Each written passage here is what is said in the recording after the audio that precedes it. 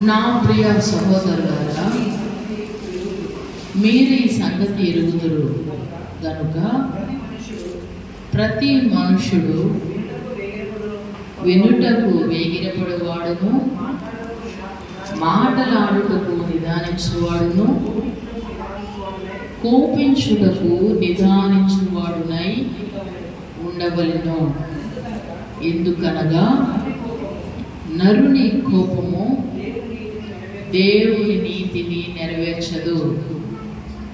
అందుచేత సమస్త కల్మషము వెర్రవీచున్న దుష్టత్వమును మాని లోపల నాటబడి మీ ఆత్మలను రక్షించుటకు శక్తిగల వాక్యము సాత్వికముతో అంగీకరించుడి. నా ప్రియ సహోదరులారా, మీకు నేను ఒక సంగతి తెలియజేస్తున్నాను. ఏమిటా సంగతి? ప్రతి మనుష్యుడు కోపించుటకు నిదానించువాడునై ఉండవలెను. ప్రతి మనుష్యుడు కోపించుటకు నిదానించువాడునై ఉండవలెను. వినుటకు వేగిరపడేవాడుగాను, కోపించుటకు నిదానించువాడుగాను ఉండాలి. దీనికి ఆపోజిట్ జరుగుతూ ఉంటుంది. వినడానికి వేగిరపడే దానికంటే కూడా వినే విషయంలో వినడానికి శ్రద్ధ ఉండదు. వినడానికి ఏదైనా సరే, ఏ విషయమైనా సరే వినడానికి ఆగకుండా, వినే విషయంలో ఏమాత్రం కూడా ఆగిపోకుండా, ఏమాత్రం కూడా ఒక్క నిమిషం కూడా ఆగకుండా, వినకుండానే మాట్లాడుట, వినకుండానే తొందరపడుట, వినకుండానే అన్నిటినీ జరిగించడం అనేది జరుగుతూ ఉంటుంది. వినేవారు ఎలా ఉండాలట? వినుటకు వేగిరపడాలంట, మాట్లాడుటకు నిదానించాలి, కోపించుటకు నిదానించువాడై ఉండాలి. ఎందుకని కోపించుటకు నిదానించాలి, మాట్లాడుటకు నిదానించాలి? ఎందుకు నిదానించాలి? వినుటకు వేగిరపడాలి. ఏ మాట అయినా, కుటుంబంలో మాట్లాడుకునే మాటలే అయినా, ఇంటిలో స్నేహితుల మధ్యలోనైనా, లేకపోతే బయటకు వెళ్ళినా, కొంతమందికి కోపం కట్టలు పెంచుకుని వస్తూ ఉంటుంది.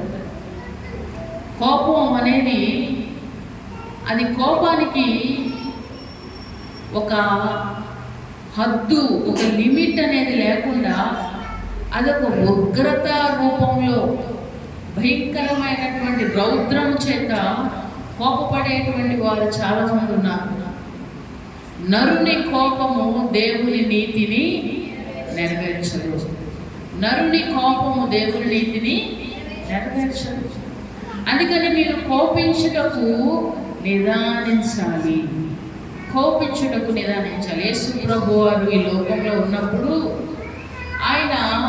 ఆయన కోపము కొన్నిసార్లే, చాలా కొన్ని పరిస్థితుల్లో మాత్రమే ఆయన కోపం వచ్చింది. ప్రతి పరిస్థితికి, ప్రతిసారి కూడా ఆయన కోపపడలేదు. ఆయన కోపించుటలో నిదానించేవాడుగా ఉన్నాడు. అందుకని అంటాడు, నేను దేవుడి దయ ఆయుష్కాలం ఉంటుందంట. ఆయన కోపం ఎంత ఉంటుంది? ఆయన కోపం ఎంతసేపు ఉంటుంది? క్షణం. ఆయన కోపం క్షణం మాత్రం ఉంటుందట. ఆయన దయ ఆయుష్కాలం అంతా ఉంటుంది. కానీ మనకు కోపం ఆయుష్కాలం అంతా ఉంటుంది, దయ మాత్రం, చెప్పాలి, దయ ఎంతసేపు ఉంటుంది? క్షణం మాత్రమే ఉంటుంది. కనికరము, ప్రేమ, మంచితనము క్షణం, కొద్ది నిమిషాలే. కానీ కోపాన్ని మాత్రం మనసులో పెట్టుకునే కోపాన్ని ఆయుష్కాలం అంతా కొనసాగిస్తారు. కొంతమంది వారి జీవితంలో జరిగినటువంటి కొన్ని సంభవాలకు సంభవాలకు వచ్చినటువంటి కోపాన్ని వారు మాత్రమే కాదు, వారి తరువాత వారి తరమ వారు, వారి పిల్లలు, వారి పిల్లల పిల్లలు కూడా ఆ కోపాన్ని కంటిన్యూ చేసేటట్లుగా ఆ ఉద్రేకపూరితమైనటువంటి విషయాలను, వాతావరణాన్ని పిల్లలతో కూడా కంటిన్యూ చేయిస్తారు చాలామంది. కోపము అనేది బహు భయంకరమైనటువంటి ఆయుధం. కోపం అనేది చాలా ప్రమాదకరమైనది. కోపం ఉంటుంది, కోపపడుడి, కోపపడవద్దు అని చెప్పట్లేదు దేవుడు. కోపపడుడి కానీ ఏం చేయొద్దు, పాపము చేయొద్దు. అంటే ఒక వ్యక్తికి కోపం వచ్చినప్పుడు, విపరీతమైన కోపం వచ్చినప్పుడు ఏం చేస్తున్నాడో అతనికి తెలీదు. భయంకరమైన కోపం వచ్చినప్పుడు ఏ మాటలు మాట్లాడుతున్నాడో చూడండి. కోపంలో మాట్లాడేటువంటి మాటలు, కోపంలో తీసుకునేటువంటి నిర్ణయాలు, ఆలోచనలు అవి చాలా ఘోరాతి ఘోరంగా ఉంటాయి. కోపం లోపల కట్టలు తెంచుకుని వస్తూ ఉంది. దాని వలన పాపం జరిగిపోతా ఉన్నది. ఏం జరుగుతుందట? పాపం జరుగుతుంది. కోపపడండి కానీ పాపము చేయొద్దు. మీ కోపము కూడా సూర్యుడు అస్తమించే లోపు మరలా మీరు సమాధాన పడిపోవాలి. ఈరోజు ఉదయాన్నే ఏదో గొడవ జరిగింది, కోపం వచ్చింది, కోపంగా మాట్లాడుకున్నారు, ఏదో విషయంలో గట్టిగా మాట్లాడుకున్నాం, ఒకరి మనసులో ఒకరు గాయపరచబడ్డారు. అదే హృదయాలతో, అదే మనసులతో రాత్రి మీరు పడుకోకూడదు. అదే హృదయాలతో అసమాధానంతో మనం నిద్రించకూడదట. సూర్యాస్తమయమయ్యే లోపు తిరిగి మరల మనం సమాధానపరచబడాలి, సమాధానాన్ని కోరుకోవాలి. లేని ఎడల ఏమవుతుంది తెలుసా? ఆ రాత్రంతా కూడా అదే కోపంతో ఒక వ్యక్తి పండుకొని ఉంటే, కోపంలో కలిగేటువంటి ఎన్నో రకములైనటువంటి ఆలోచనలు ఆ మనిషిని తిరిమేస్తూ ఉంటాయి. కోపం ఎప్పుడైతే ఉండి వేరుపాటు, సెపరేట్, ప్రత్యేకం అనేది ఎప్పుడైతే కనబడుతుందో అపవాది అయిన సాతానుడు వచ్చి వారి మధ్యలో నివాసం చేస్తాడు. వాడు మరింత దూరాన్ని పెంచుతాడు, మరింత విద్వేషాన్ని, దేశాన్ని రెచ్చగొడుతూ ఉంటాడు, మరింత పగను పెంచుతూ ఉంటాడు, మరింత ద్వేషాన్ని, కసిని పెంచుతూ ఉంటాడు.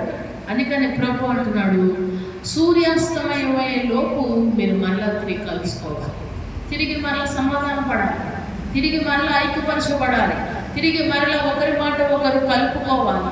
అలా కాని పక్షంలో మీరు సాతానుకు చోటిచ్చిన వారు అవుతారు. దేవుని నీతిని నీ కోపం నెరవేర్చదు. నీ కోపం వలన ఏమాత్రం కూడా ప్రయోజనం లేదు.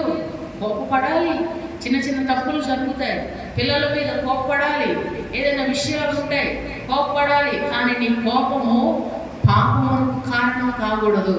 నీ కోపం అనేది అదొక రకమైనటువంటి కొంతమంది ఉంటారు, వారి ముఖాలు చూసినప్పుడు, కోపం వచ్చినప్పుడు వారు ఏం చేస్తున్నారో వారికి తెలియదు.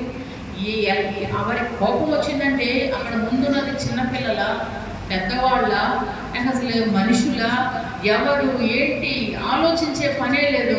కోపం వచ్చింది అని అంటే ఎవరినైనా సరే ఆ ఉద్రేకపూరితమైనటువంటి కోపంతో ఎంతటి వారినైనా నోటికి వచ్చినట్టుగా మాట్లాడతారు, గాయపరుస్తారు, బాధ పెడతారు. తర్వాత చేతిలో ఉన్నదంతా కూడా